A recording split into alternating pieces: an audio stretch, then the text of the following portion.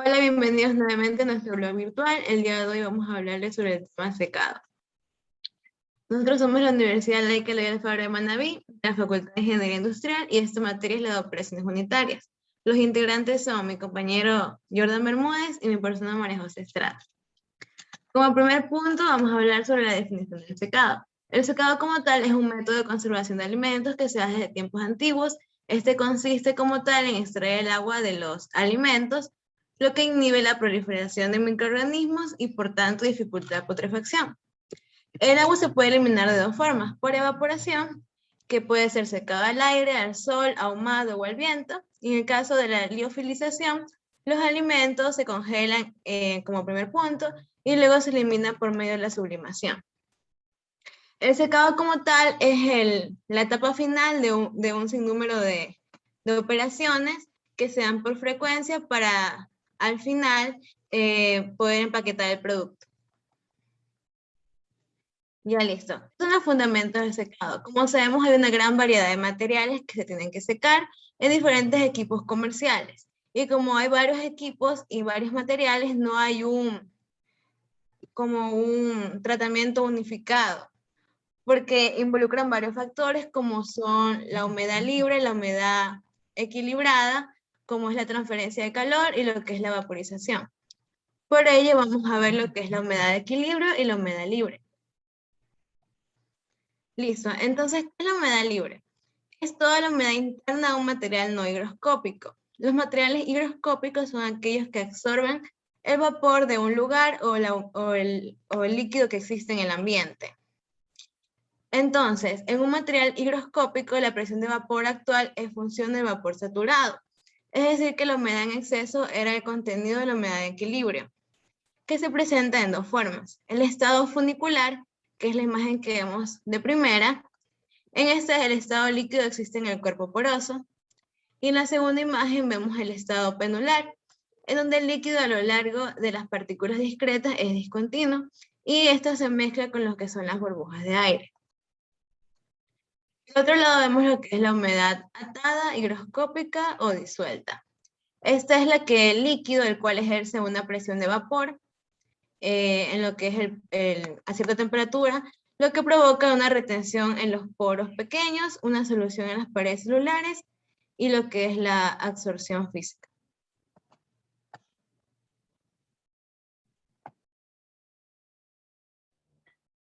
Bueno, como comentó mi compañera anteriormente, lo que es el tema del secado, no existe un sistema especificado porque puede variar dependiendo del tipo de material, dependiendo del proceso que se vaya a dar, temas de humedad libre, humedad suelta y la transferencia de calor que pueda existir entre los materiales.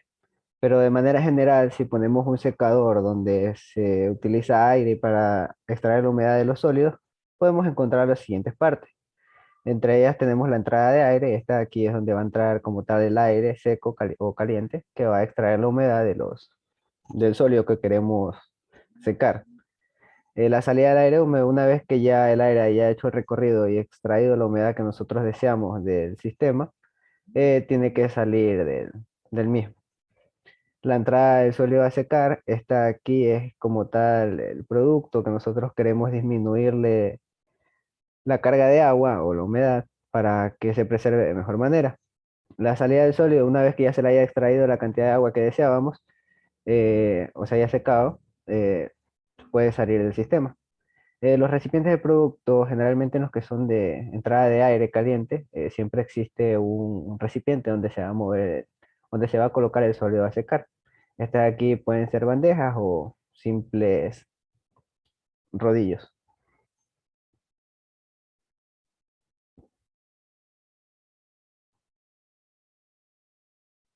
Bueno, ahora vamos a ver unas cuantas clasificaciones de los secadores, dependiendo su aplicación.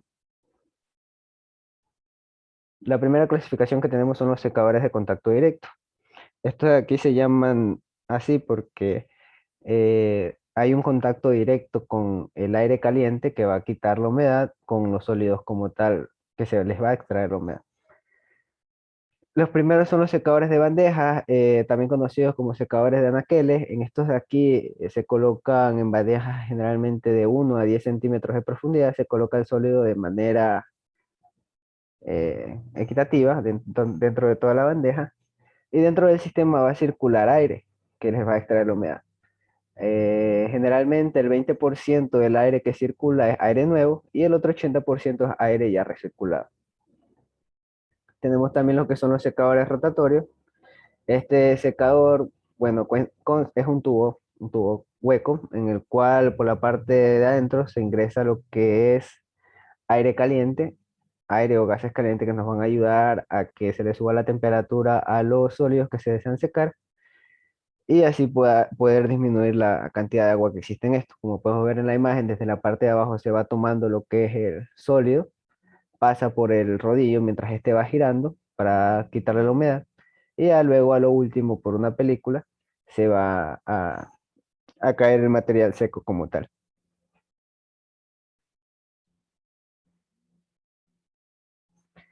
Ya, lo que corresponde a los secadores de túneles, estos de aquí son bastante similar a lo que eran los secadores de bandeja.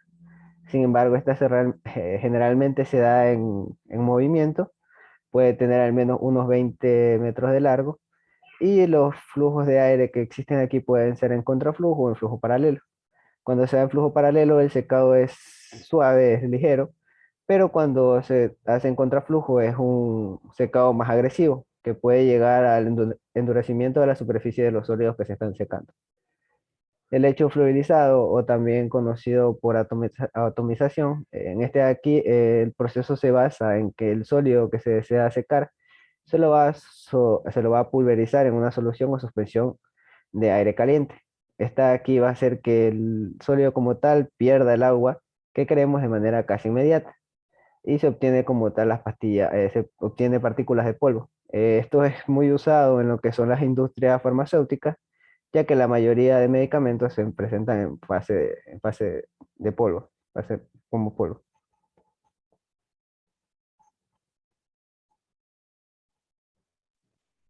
Listo, vamos a ver también lo que son los secadores de contactos indirectos.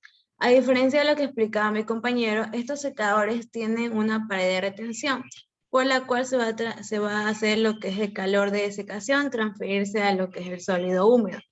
Este líquido que es vaporizado se separa independientemente del medio de calentamiento. La velocidad de lo que es la desecación depende del contacto que haya entre el material mojado y las superficies calientes. Las características principales que podemos ver en los secadores de contactos indirectos es que, como decía anteriormente, el calor se transfiere al material húmedo por conducción a través de una pared de retención y la temperatura de superficie son hasta mayores de 800 Kelvin. Listo, estos secadores de contactos indirectos se dividen en continuos y por lotes. Por lo que vamos a explicar uno de cada uno. Los secadores indirectos continuos podemos ver lo que son los secadores de tambor. En estas, el producto como tal debe secarse, se introduce a través de una válvula rotativa hermética. Esta como tal se equipa con diferentes elementos internos, lo cual conlleva un aumento de la superficie y con ello un aumento de la eficiencia. Al final el producto seco vuelve a retirarse del proceso de secado mediante una válvula rotativa hermética. Y lo que son los secadores indirectos por lote, vemos lo que es el secado por congelación. Este también es conocido como liofilización, que es lo que explicaba al principio, que se hace primero la congelación y lo que es la sublimación. Este es un proceso de deshidratación que se usa habitualmente para lo que es la conservación y para adecuar lo que es el transporte, ya que se hace de un estado líquido a un estado gaseoso.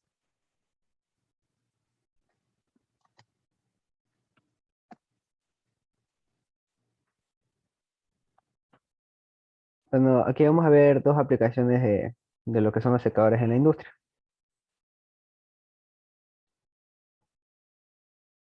Eh, en la industria química, como dije anteriormente, se suelen usar bastantes secadores, ya que la mayoría de medicamentos que se utilizan son termosensibles y al momento de retirarle lo que es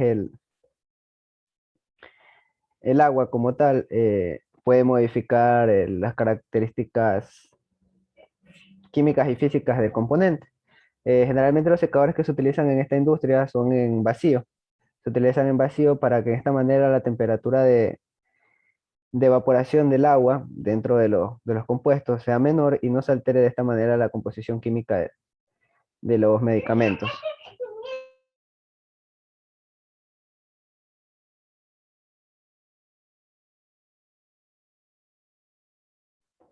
Ya, con respecto a la industria alimentaria, la operación de secado se da generalmente para conservar los productos por más tiempo. Como se decía al principio, el secado ayuda a disminuir la capacidad de putrefacción que tengan los alimentos.